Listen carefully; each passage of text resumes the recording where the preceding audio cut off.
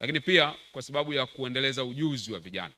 serikali ilidhamini takriban vijana 5,000 wa kwenda katika mafunzo ya ufundi na ustadi katika vyuo vyetu vya kimaendeleo, ambapo wanafunzi wao walishakwenda katika vyuo hivyo, ikiwa ni sehemu pia ya kuona tunaongeza idadi ya vijana wenye ujuzi pia. Lakini wiki iliyopita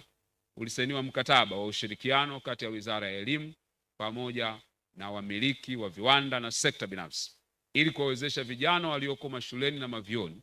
wapate nafasi ya kwenda kufanya mazoezi ya vitendo kwenye makampuni na mashirika ya sekta binafsi kwa utaratibu ambao serikali utauandaa, ili tuondoe ile changamoto ambayo kijana anapotafuta kazi anaulizwa uzoefu. Sasa tunataka tumtengenezee kijana uzoefu akiwa bado yuko chuoni, ili swali hilo liondoke katika maswali ambayo vijana kwamisha.